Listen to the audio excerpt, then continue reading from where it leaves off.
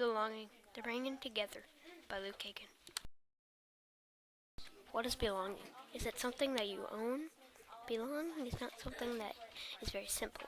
Belonging is something that you have to work for to achieve it. The real definition of belonging is possession, goods, or personal things. Here's what John O'Donohue thinks belonging is. The hunger to belong is not merely a desire to be attached to something. It is rather sensing that great transformation and discovery become possible when belonging is sheltered and true, by John O'Donohue.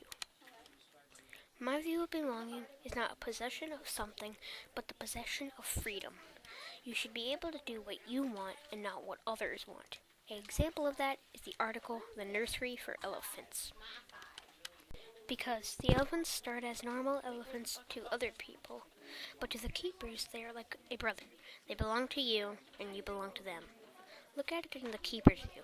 They can see in those elephants' eyes that they are special even if they suffered a major injury or they are frightened due to the poachers who would kill to get their tusks.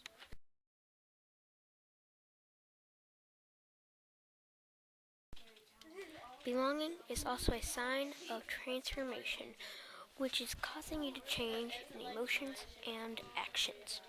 It is also making you think about what will happen to the things around you on your journey to find where you belong, even if the changes you make are bad or good.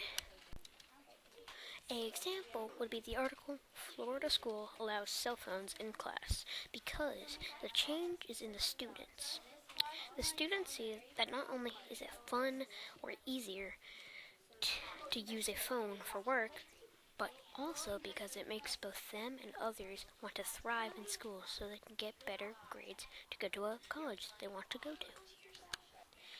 Another example of transformation would be Jake from the book Thunder Cave. He starts out as a boy who lives in the city of New York with his mom and stepfather. But once his stepfather leaves him and his mother dies, he decides to go to Kenya and find his father. When he gets there, he doesn't know anything and he's lost.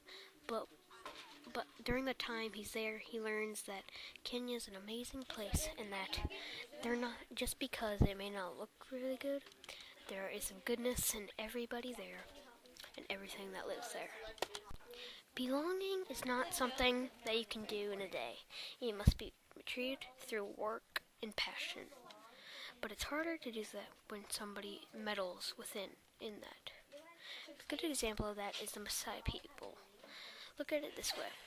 They are trying to keep their land to survive, but wildlife reserves are taking it from them, so they're trying to take the place they belong. And this is making it harder for them to live. Would you want to be like this? Would you do this to them? Look at this bee and the flower. The bee came to the flower to take the pollen and return to the hive. But what about the pollen left over?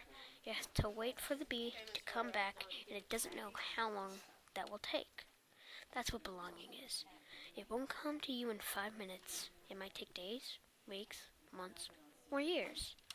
So if you want to find the place for you, you must be ready for the long journey ahead of you. The Road Not Taken by Robert Frost is a poem about belonging because it tells us that on our journey there will be a split in your journey causing you to think what path you should take. Should you take the one everyone uses to have a normal life? Or should you take the other path, the path that wasn't used that others think is weird and useless, but you think is unique and special?